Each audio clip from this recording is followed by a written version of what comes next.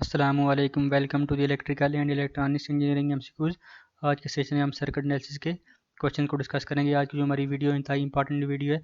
इस वीडियो में हम सर्किट के एनालिसिस के जो बेसिक कंसेप्ट हैं और सर्किट के अंदर जो इंपॉर्टेंट फार्मूला जो यूज़ होते हैं उनको हम डिस्कस करेंगे। तो इस वीडियो को शुरू करने से पहले काइंडली इस चैनल को लाइक और सब्सक्राइब कर दें और बेल आइकन पर ज़रूर क्लिक करें ताकि हमारी जो नई आने वाली वीडियो है वो आपको आसानी से मिल सकें।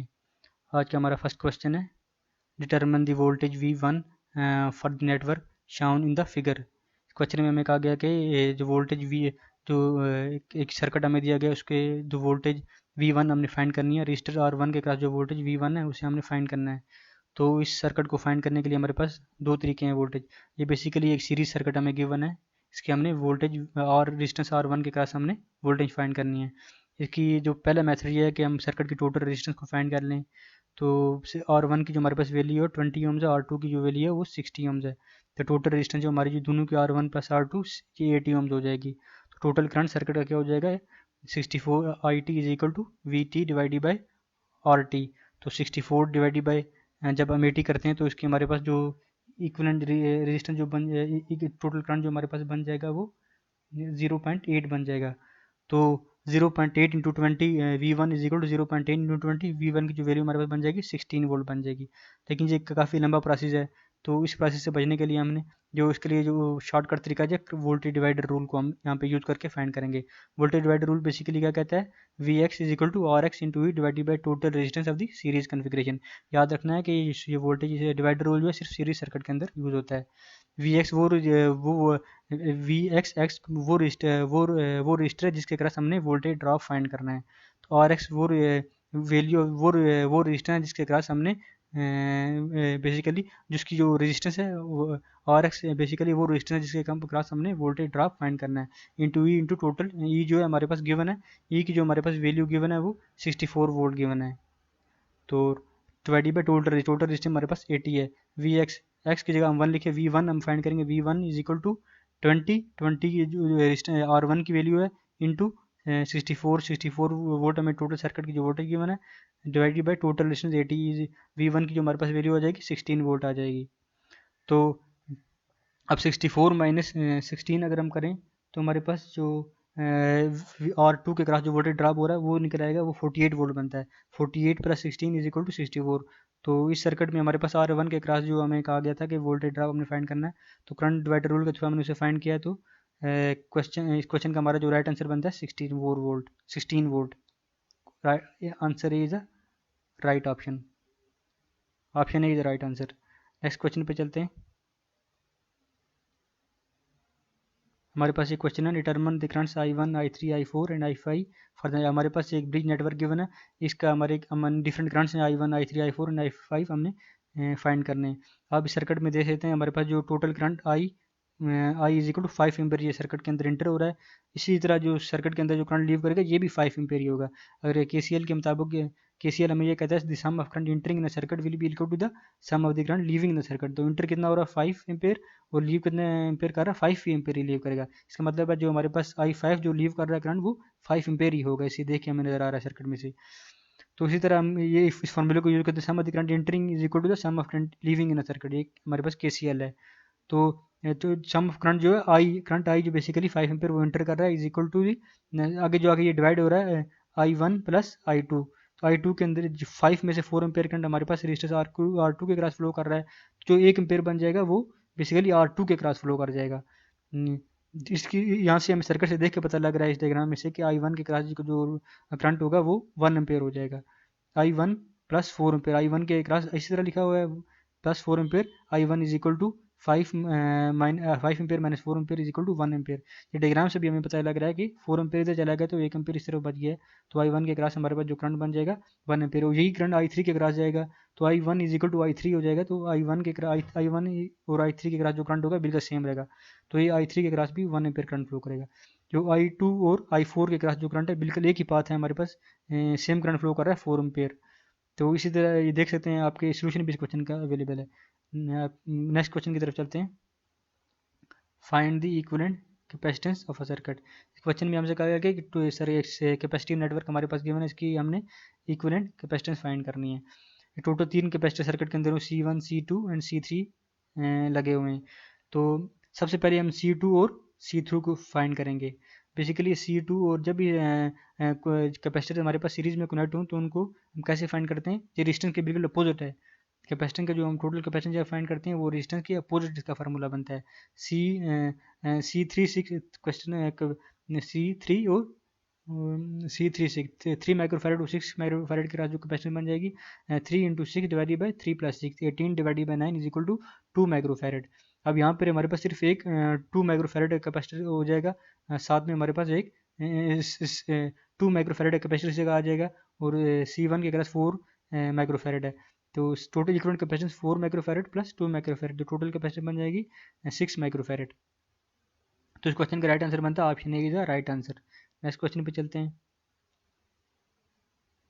How much long 9 volt battery with ampere hour rating of the 520 milli ampere hour will provide the current of 20 milli ampere. इस क्वेश्चन में हमें जो बैटरी है 9 वोल्ट हमें दिए हुए हैं, साथ में उसकी एम्पेयर हावर रेटिंग 520 मिली हावर एम्पेयर है और करंट रेटिंग जो उसकी बताई करंट जो प्रोवाइड कर रही है वो 20 मिली एम्पेयर है।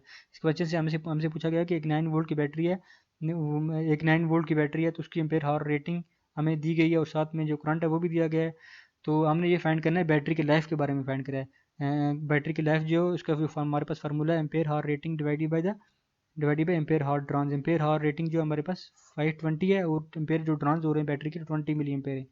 तो ये बैटरी की लाइफ क्या होगी, ये जब तक ये उस वक्त तक हमने इस बैटरी की हमने एम्पेयर हावर बैटरी की लाइफ के बारे में बताना है, कितने 20 मिली एम्पेयर कितने घंटों तक ये प्रोवाइड कर सकती है। एक 9 वोल्ट बैटरी है वो 20 मिली एम्पेयर को कितने घंटे तक कंटिन्यूसली प्रोवाइड कर सकती है।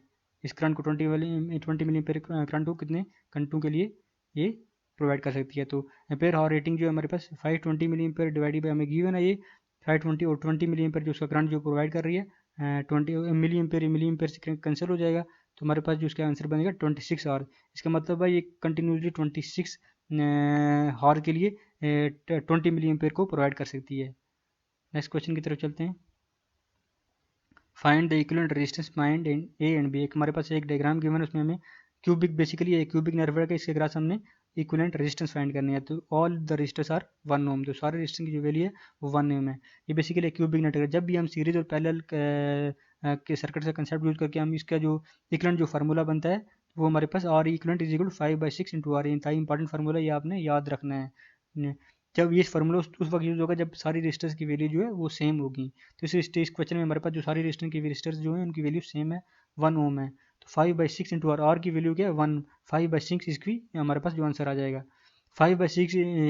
अगर डेसिमल में इसके जो 5/6 डेसिमल में जो ये बनता है ये 0.3 के इक्वल बनता है। तो इस क्वेश्चन में जो हमारे पास राइट आंसर है both B and C, option B is a right answer. Next question पे चलते हैं। Find the equivalent resistance between the point A and B. Point O और बी के दरम्यान हमने इक्विवेलेंट रेजिस्टेंस बतानी है। ये बेसिकली एक क्लोज लूप नेटवर्क है जिसके क्लास हमने रेजिस्टेंस फाइंड करनी है।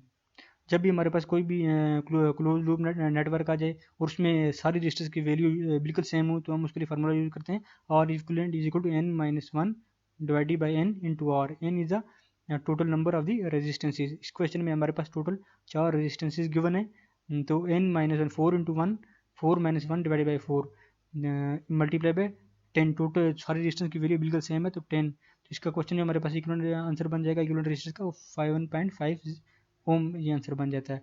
अगर इसे दूसरी तरफ फाइंड करना चाहें हम, ये तीनों रेजिस्टेंस हमारे पास जो ये 3 रेजिस्टेंस है बिल्कुल सीरीज के अंदर कंटेंट है। 30 ohm is parallel with 10 ohm. 30 into 10 divided by 30 plus 10। अब 300 डिवाइडेड बाई 40 करेंगे तो हमारे पास ये 7.5 ओम्स आंसर आ जाएगा। तो इसके लिए कंप्लेक्स प्रोसेस करने के अलावा आप बिल्कुल इसको आसान फार्मूले से हल कर सकते हैं। तो ये लूप ये जो हमारे पास फार्मूला उस सूरत में काम करेगा जब हमारे पास इस लूप के अंदर सारी रेजिस्टेंस की वैल्यू बिल्कुल सेम होंगी। तो इस क्वेश्चन का राइट आंसर बनता है 7.5 ohm is a right answer. तो C option is a right answer. Next question में चलते हैं। A wire of resistance R is cut down into 2 halves. Then these are joined in a parallel or series. What will be the resultant resistance? हमारे पास एक wire है उसकी resistance और है, जब उसको हम 2 पीसेस के अंदर कट कर देंगे कट करने के बाद दोबारा उसको सीरीज और पैरेलल में कनेक्ट करेंगे तो रिजल्टेंट रेजिस्टेंस क्या होगी, ये हमने फाइंड करना है।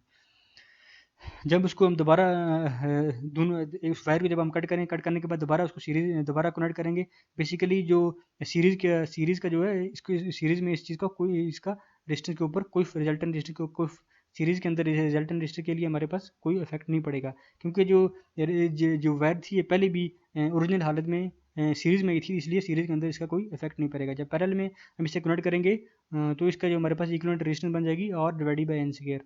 जो आर की जो वैल्यू है, आर की जो आर डिवाइड एन की जो वैल्यू है, एन इज बेसिकली हमें दो पीसेज में कट के एन इज इक्वल टू है, और डिवाइडेड बाई 2 और बाई 4 इसका आंसर राइट आंसर हमारे पास option B is the right answer बन जाएगा।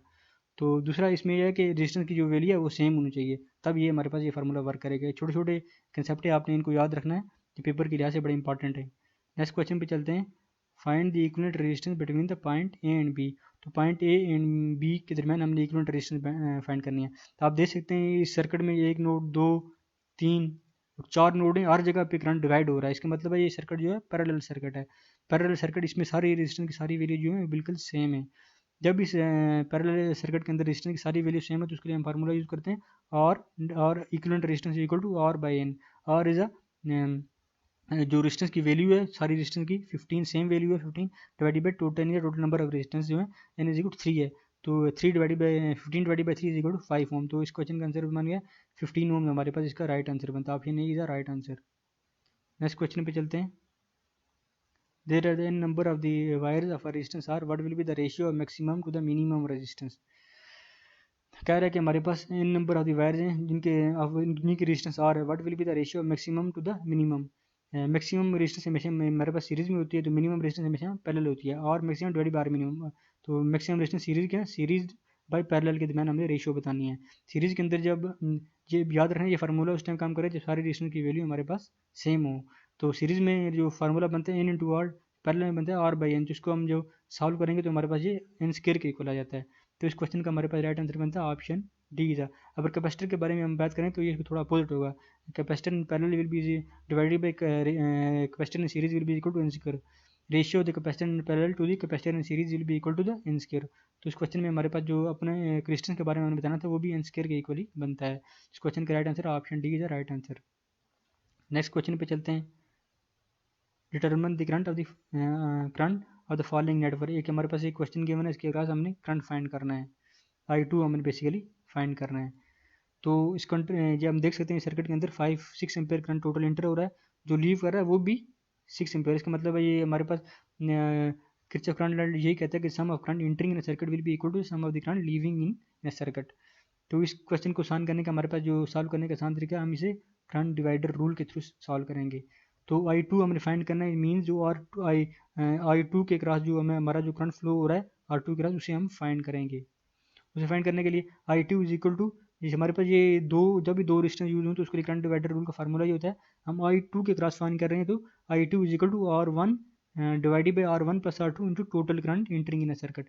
अगर और I1 के क्रॉस अगर हम फाइंड करना चाहते तो फिर कैसे फाइंड करेंगे, I1 is equal to R2 divided by R1 plus R2 into total current entering in a circuit. तो हमने I2 के क्रॉस फाइंड करना, I2 will be is equal to R1 into total current in circuit divided by total R1 plus R2। तो हमारे पास जो R1 की जो वैल्यू R1 की वैल्यू है 4 किलो ओम है, वो 6 एम्पेयर टोटल करंट इंटर हो रहा है, डिवाइडेड बाई दोनों रेजिस्टर की जो वैल्यू है 4 प्लस 8 ये 12 बन जाएंगे। 4 डिवाइडेड बाई 12 इंटू 6, तो ये हमारे पास 6 डिवाइडेड बाई 3 ये 2 एम्पेयर हमारे पास करंट की वैल्यू आ जाएगी।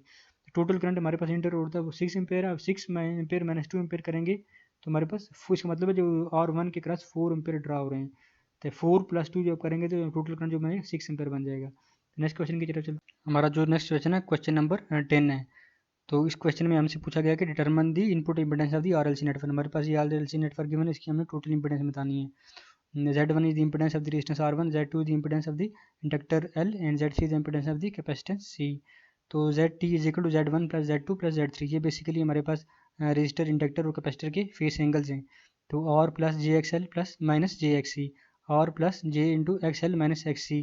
तो J के दोनों में से कॉमन ले लिया गया, तो रेजिस्टर की हमारे पास जो वैल्यू है वो 6 ओम है, प्लस जो हमारे पास इंडक्टर की वैल्यू है 10 और कैपेसिटर की जो वैल्यू है वो 12 ओम है। 10 माइनस 12 हो जाएगा, तो हमारे पास ये वैल्यू बन जाएगी टोटल इंपेडेंस की 6 माइनस J 2 ओम। तो ये बेसिकली हमारे पास रेक्टेंगुलर फॉर्म के अंदर हमारे पास इंपिडेंस आ जाएगी। जब इसे हम पोलर फॉर्म में नोट करेंगे तो हमारी इंपिडेंस हो जाएगी ZT इज इक्वल टू 6.325 ओम, जो एंगल बन जाएगा -18.43 डिग्री बन जाएगा। तो इस क्वेश्चन का हमारे पास जो राइट आंसर बन रहा है option A is a right answer. Calculate the equivalent inductance of the network. हमारे पास ये इंडक्टर्स कनेक्ट हैं, टोटल 4 इंडक्टर जो सर्किट के अंदर लगे हुए हैं, इनकी हमने इक्विवेलेंट इंडक्टेंस फाइंड करनी है। इंडक्टेंस को बेसिकली जो हमारे पास जो रूल है बिल्कुल रेजिस्टेंस की तरह सिमिलर है। इस सर्किट में हम देख सकते हैं जो L2 इंडक्टर है और L3 इंडक्टर है, दोनों पैरेलल के अंदर कनेक्टेड है और दोनों की वैल्यूज बिल्कुल सेम है, 1.2 एम्पेयर और इसकी भी 1.2 हेनरी है। तो टोटल हमारे पास जो इन दोनों की मिला के जो हमारे पास इक्विवेलेंट इंडक्टेंस बनेगी L dash is equal to L divided by N. L जो है 1.2 डिवाइडेड बाई दोनों दो हमारे पास इंडक्टेंस है तो 0.6 हेनरी बन जाए। 0.6 हेनरी जो है बेसिकली हमारे पास ये L4 के साथ बिल्कुल पैरेलल के अंदर आ जाएगी। तो इसको हम फाइंड किया LT double dash is equal to 0.6 into 1.8 divided by 0.6 plus 1.8, तो हमारे पास कीजिए 0.45 हेनरी बन जाएगी। अब 0.45 हेनरी जो है ये L1 के साथ पैरेलल के अंदर आ जाएगी, सीरीज के अंदर आ जाएगी बल्कि। तो 0.1 प्लस 0.45 हेनरी जो बेसिकली पैरेलल है L1 के साथ, 0.45 प्लस 0.56 ये इक्वल किसके इक्वल आ जाएगी 1.2 हेनरी, इसका आंसर आ जाएगा। तो इस क्वेश्चन का राइट आंसर है option B is a right answer 1.01 henry. Next question में चलते हैं। Find the power deliver to the DC motor. इस क्वेश्चन में हमसे कहा गया कि डीसी मोटर को पावर कितनी डिलीवर होती है। पावर डिलीवर जब होती है तो हम उसके लिए फॉर्मूला यूज करते हैं power is equal to V into I. जब पावर डिसिपेशन अगर हो तो उसके लिए हम power is equal to I into I square और ये फॉर्मूला यूज करते हैं। इसमें हमने पावर डिलीवर फाइंड करनी है। जो मोटर को जो पावर सप्लाई हो रही है 120 वोल्ट, हम फिगर में देख सकते हैं जो करंट हो रहा है, जो करंट इसका जो मोटर को है वो 5 एम्पेयर करंट है। तो power is equal to 120 into 5 ampere करेंगे तो 600 वाट। अब इस किलो वाट में काउंट करेंगे तो 0.6 किलो वाट इसका आंसर आ जाता है। तो option C is the right answer बन जाता है। नेक्स्ट क्वेश्चन पे चलते हैं। How much energy in kilowatt hour is required to light a bulb of 60 watt continuously in 1 hour. इस क्वेश्चन में हमसे कह रहे हैं कि how much energy in kilowatt hour के अंदर हमने एनर्जी बतानी है। एक 60 वाट का बल्ब है, अगर उससे हम कंटिन्यूसली 1 साल के लिए कंटिन्यूसली उसे चलाएं तो कितने किलो वाट हार एनर्जी हमें रिक्वायर्ड होगी। तो नेक्स्ट क्वेश्चन में इसका चलते हैं। जो एनर्जी का बेसिकली जो हमारे पास फॉर्मूला है पावर इंटू टाइम होता है, तो हमने किलो वाट हार में फाइंड करनी है तो इसे 1000 से डिवाइड कर देंगे। पावर हमारे पास 60 वाट हमें दिया हुआ है, अगर एक दिन के अंदर 24 घंटे होते हैं, एक दिन के लिए हम फाइंड करेंगे तो 24 हावर यहाँ पे लिखेंगे। तो हमने जो फाइंड करना है पूरे साल के लिए फाइंड करेंगे, साथ में हम 365 को, एक साल के अंदर 365 डेज होते हैं तो 365 से मल्टीप्लाई कर देंगे, डिवाइडेड बाई 1000 हमने किलो हावर में फाइंड करनी है। तो इसका जो आंसर बन जाता है 25.60 किलो वाट हावर इसका आंसर बनता है। Option D is the right answer. तो नेक्स्ट क्वेश्चन पे चलते हैं। When AC flows through capacitor, जब एसी कैपेसिटर में से फ्लो करता है तो उस वक्त करंट जो है हमारे पास लीड करता है बाई दी पाई/2 से लीड कर जाएगा। तो इस option A is the right answer. Next question पे चलते हैं। A superposition theorem is applicable to the current only voltage only both current and voltage. ये क्वेश्चन कहीं पर रिपीट हो जाएगा पेपर में। तो इस क्वेश्चन का जो राइट आंसर है option D is both current voltage in power D is the right answer. Next question में चलते हैं। Admittance is the reciprocal of the impedance. Question का राइट आंसर है option C is the impedance. Next question पे चलते हैं। Find the Thevenin equivalent resistance and Thevenin voltage of a circuit. Question में हमें कहा गया कि थेवेनिन इक्विवेलेंट रेजिस्टेंस और थेवेनिन वोल्टेज। क्वेश्चन ये बेसिकली ये क्वेश्चन हम पिछली वीडियो में भी हम सॉल्व कर चुके हैं, ये दूसरी बार फिर रिपीट हो रहा है यहाँ पे ये क्वेश्चन।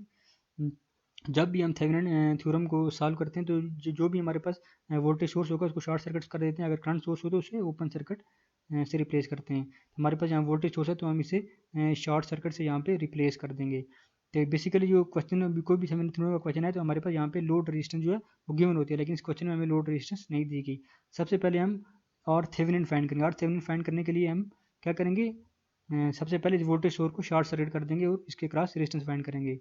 तो ये R1 और R2 पैरेलल में 10 इंटू 10 डिवाइडेड बाई 10 प्लस 10 और ये सीरीज में +5 हो जाएगी। 100 divided by 20 plus 5, 100 by 20 divided by 20 क्या होता है, हमारे पास क्या आ जाएगा 100 divided by 25 plus 5 is equal 10 ओम। तो मार और थेवेनिन जो हमारे पास 10 ओम आ जाएगी। इसी तरह हम थेवेनिन वोल्टेज जब फाइंड करेंगे तो कैसे करेंगे, जो R2 के क्रॉस जो वोल्टेज होगी वही हमारी थेवेनिन वोल्टेज होगी, और R3 के क्रॉस हमारा कोई करंट फ्लो नहीं कर रहा। V Thevenin is equal to 10 into 10 divided by जो वोल्टेज डिवाइडर रूल लगा के हम यूज़ कर रहे हैं। पीछे मैंने आपको वोल्टेज डिवाइडर रूल का जो हमारा पड़ा है क्वेश्चन हमने वहाँ पे डिस्कस किया।